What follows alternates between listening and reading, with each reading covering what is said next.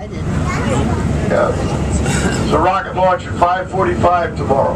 I'll point out the rocket in a minute. Underneath you see a single hull because these rockets do not have the elaborate rocket system that the shuttle had. Now the crawler, the mobile launch pad, and the launch pad, they were all manufactured in the early 1960s for the Apollo missions. There were 17 Apollo missions. 6 of those missions carried men to the moon. So there's been a total of 12 American men who have walked on the moon so far. When the Apollo missions ended, they retrofitted all that equipment for the shuttle program. To date, there have been 135 shuttle missions. And that concluded the shuttle program.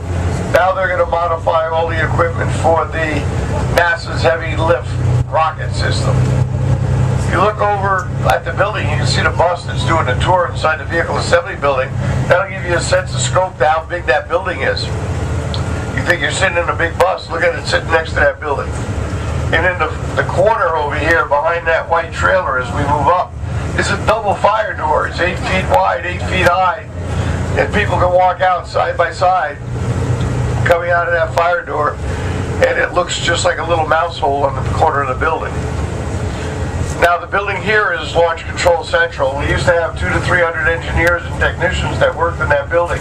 Their job was to monitor the shuttle out at the launch pad. They monitored it for the whole 30 days the shuttle spent out at the launch pad, the 8 seconds after liftoff when the shuttle would have cleared the launch pad and control was given to the Johnson Space Center in Houston, Texas. Now over on the right there you got another shuttle. That is the Shuttle Explorer. Explorer is a mock-up of the shuttle that was on display at the Kennedy Space Center Visitor Center for 19 years. We had to move it because we're building the building so that we can put a lattice there. Explorer is out here awaiting a barge to take it to Houston, Texas, where it will be put on display at the Johnson Space Center in Houston, Texas. There's the crawlerway. We just crossed it. I should have slowed down a little bit more. The crawlerway is 130 feet across. It's the equivalent of an 8-lane highway with a grass median strip. It's made out of crushed limestone, 7.5 feet deep. And the top 8.5 inches is being made out of river rock. Now one set of tracks is on one side of the gravel, the other set of tracks is on the other side. And I can actually park my bus between it and they can clear the bus, go right over the top of the bus. Tracks in front of us and behind us. Now I did tell you the crawler weighed 18 million pounds. It came out here at about a half a mile an hour. I ever tell you the diesel mileage it gets? Why are you guys laughing? This is a government vehicle under strict government control. Well, this vehicle gets 42 feet to the gallon.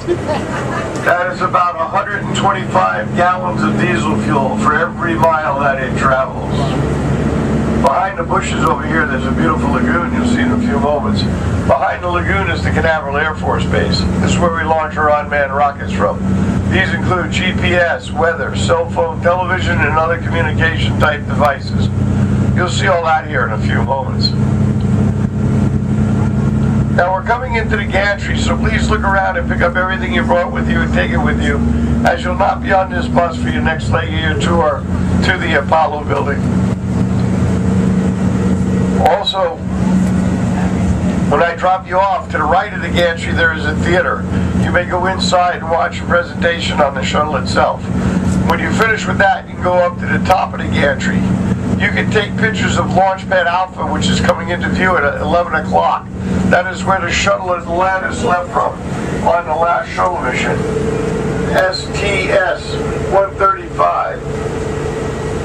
Also, you can take pictures of Launchpad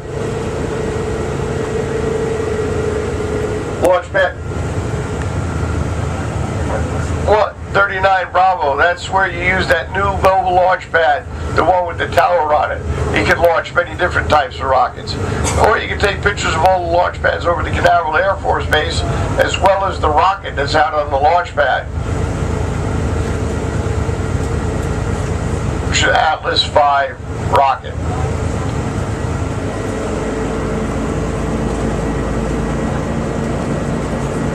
When you're finished with that, you can come on down. To the left side of the gantry is where you'll pick up your bus for your next leg of your tour to the Apollo building.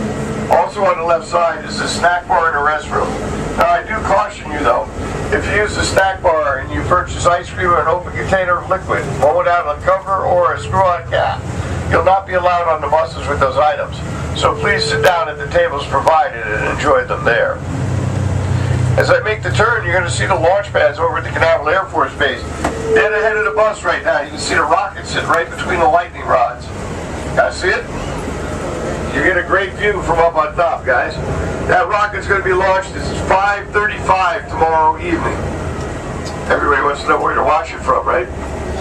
Well, if you don't come here and pay and get on the tour that's going to take you out to Saturn V to watch it, you watch it from Jetty Park in Cape Canaveral, any of the beaches at Cape Canaveral or Cocoa Beach, and you can watch it from Route 1 in Titusville. So you got lots of choices. You can also watch right here at the Kennedy Space Center. That's the rocket that's being launched tomorrow evening. Guys, enjoy your tour here at the LC-39 Observation Gantry. Enjoy the rest of your day here at the Kennedy Space Center. I hope you enjoyed my part of the tour. My name is Rich. You guys have a great day.